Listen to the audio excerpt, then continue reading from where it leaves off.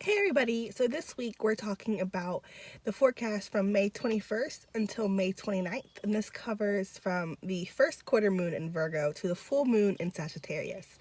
So the first quarter moon is all about taking care of the foundations. There's a little bit of tension there, but once you push through it, things tend to work very well. With this Virgo energy, that has been about finding the routine and the health of the emotions, of the foundations, of what it takes to make your dreams happen, because with the full moon, we can set our intentions, but if we don't act, and if we don't change things, if we don't make things happen, then things can get stagnant. And so this Virgo full moon, or quarter moon, first quarter moon has been all about taking care of those foundations and really analyzing what's working, what's not working, and making small adjustments. There might be some critical energy here. If that happens, just know that the critical eye is going to help you, but don't get lost in like the imperfections or what you didn't do right. Just fix what you need to fix and move forward. The full moon is all about culmination and harvest. The sun and the moon are opposite, so there's this balancing energy of what we want and what we're like nurturing, what we're needing. So the sun's in Gemini. Right now we are all about the mind and mental activity and exploring the world through our local area, just day drives essentially. And the full moon's in Sagittarius, which while Gemini is day drives, Sagittarius is week-long trips. It's exploring the full world, and it's a very lucky energy. It's very optimistic, it's very hopeful, and the Sagittarius full moon will kind of give us this chance to kind of see the harvest of our adventurous energy. We've been putting ourselves out there where it's been a little bit scary because we have our goals in mind, and going after them means you have to put yourself out there. You have to take those risks, and the Sagittarius full moon is going to be a time where that can kind of pay off. It's also a great time to tap into experience and adventure and philosophy and expansion. Anything you can do to expand yourself, the better. But I love Sagittarius moon. I have one, but this feels like a very good full moon. It's going to be a time of a lot of great things coming towards you, and even if it's not worldly travel, if you're able to get your message out there, if you're able to experience something new, if you're able to see a different culture, a different side of the world, even from your own home, that is a great thing with the Sagittarius full moon. So just kind of embrace that energy and see what that brings you. It's going to be a fun time. The moon is going to be during this week, starting in Virgo, which is all about the details and the routine that works for us, taking care of the health of the body, of the mind, of the emotions. And if you don't have a daily practice to tune into your emotions and what you need, this is a good time to put one in there, because we do have to take care of our needs. It's important for us. On the 24th, the moon goes into Libra, which is going to be a lot more balancing and harmonious. It's a great time to balance our emotions, and Venus is in Cancer at the same time, and that's a flip. So Cancer's the moon and Venus is Libra. So having the moon in Libra is similar to Venus and Cancer energy. But there's going to be an extra heightened connection to the partner. And even if you don't have a partner, or your relationship is not in a spot where you can feel nurtured by who you're with, think about who else you have in your life. Libra is very feminine. So who do you have friend-wise? Like, is there a special, like, best friend you have in your life that can kind of help you see the good? If that's the case, step into that. But it's a good time to kind of find harmony in your life, because we're all going to want harmony during that time. On the 26th, the moon goes into Scorpio, and so we go from this balancing energy to taking it really, really deep. Scorpio energy is great at purging what no longer is needed. So on the 26th, things might get a little bit heavy, things that come up from the depths that you maybe didn't really want to deal with, but through dealing with them and letting them come up and healing them and releasing them, you kind of get a new sense of freedom. But yeah, so just watch out for that heavy energy. But the freedom energy is taken even farther when on the 28th, the moon goes into Sagittarius, which is that optimistic, that hopeful energy. It's like, okay, we just let go of everything that we need to let go of in Scorpio. We went through the heaviness, we went through the underworld. Now we're out on the other side. What new adventure awaits me? What am I going to do? What am I going to explore? And that full moon, it's more of like, okay, we've all been going through a Scorpio phase, if not just the 26th, like just recently. And now that we're getting out of that, what adventure are we bringing in? It's just a new sense of optimism, and it's really beautiful. On the 22nd, we have Mercury sextile Neptune. So there's going to be really supportive energy for the way the mind works and thinks, and the way that we tune into our subconscious knowing. So if you do any meditation, that will help clear things up, as well as if you like to manifest things, if you like to set intentions for things, really getting in touch with what your soul wants, and then putting that in action through committing to different projects that work for you is a great energy for this as well. On the 23rd, we have Mercury opposite Jupiter retrograde. So there is going to be a little bit of a struggle between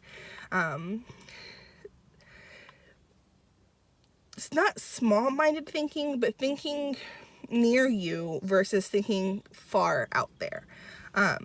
So just give room to both think close to you, but also think outward. So talk to people and then expand your mind. Listen to experts in their fields talk versus talking to your friends.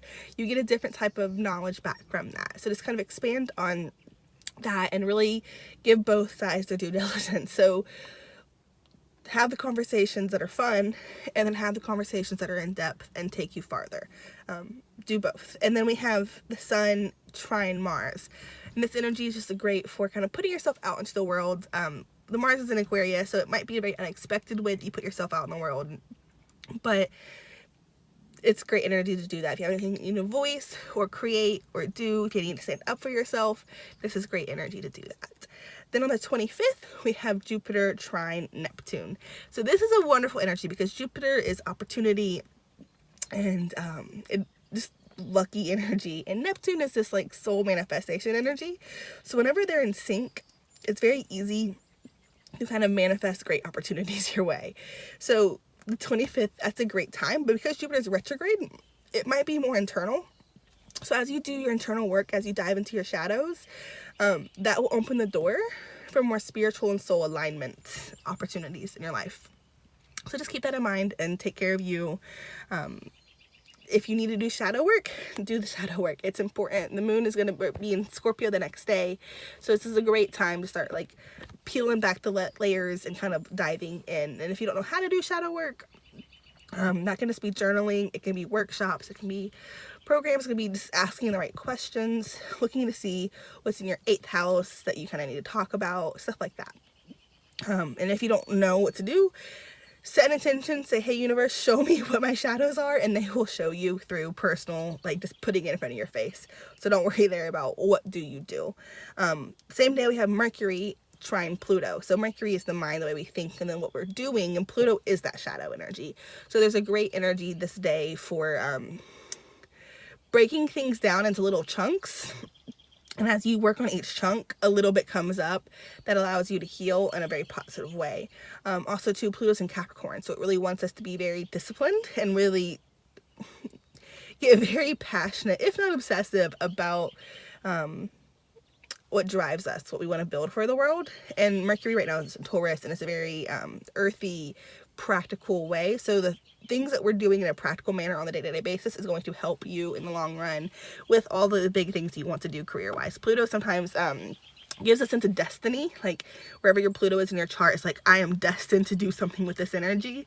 And so with Pluto transiting in Capricorn, where a lot of us are waking up to our career-oriented destinies, our purposes, what we want to offer the world, which is really fun. It's really exciting. On the 26th, we have Venus opposite Saturn. So Venus is that balancing energy, that harmonious energy. It's in Cancer right now, so we're feeling very emotionally fueled with that. So be wary of, at times, kind of balancing off of emotions rather than like something that's more fair, because emotions can be a little bit irrational sometimes.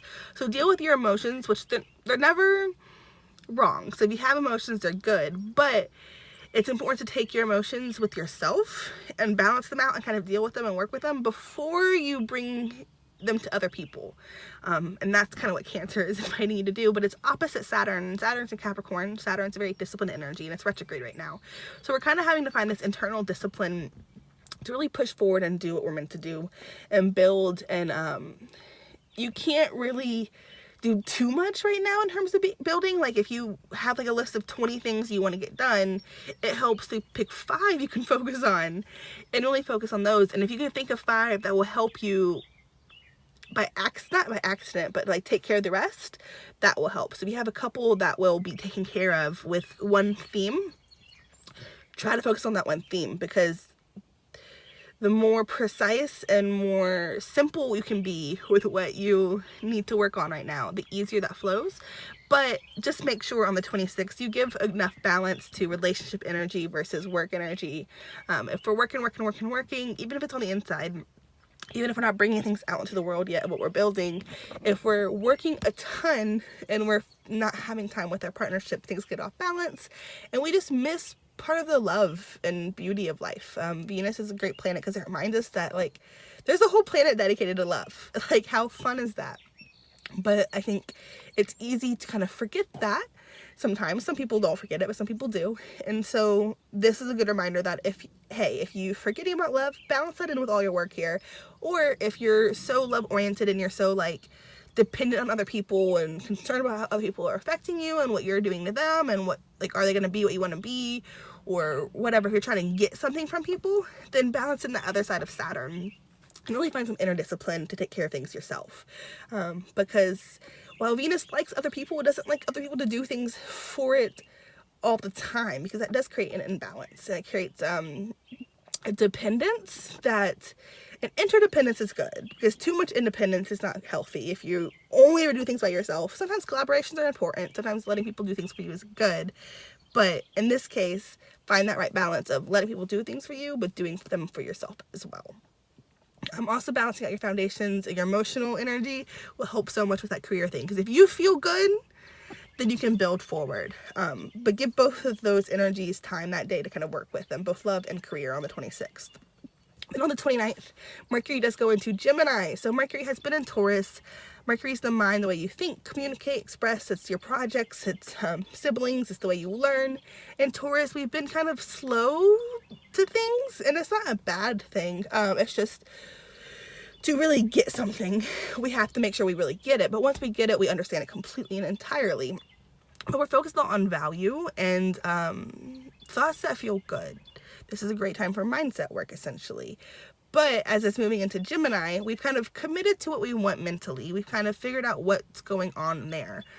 We have our few projects. We have our few things that's like, okay, this is what we're going to do. Once it's in Gemini, it's going to be a lot easier to do those things, especially because the sun's in Gemini and Mercury rules Gemini. So it's right at home in its energy, but it's going to be a lot more, not scattered, but Gemini energy, it's short bursts of energy in all these different directions.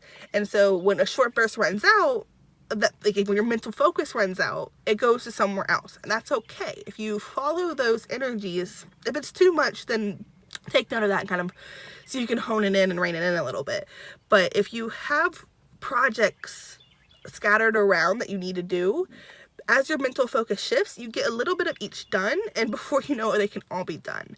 So don't be afraid of that energy, but really this is a great time to kind of explore and talk to people and try new things and get out into your community and really see what is there. Move around a little bit, but not huge big movements, but just little tiny movements that kind of shake things up.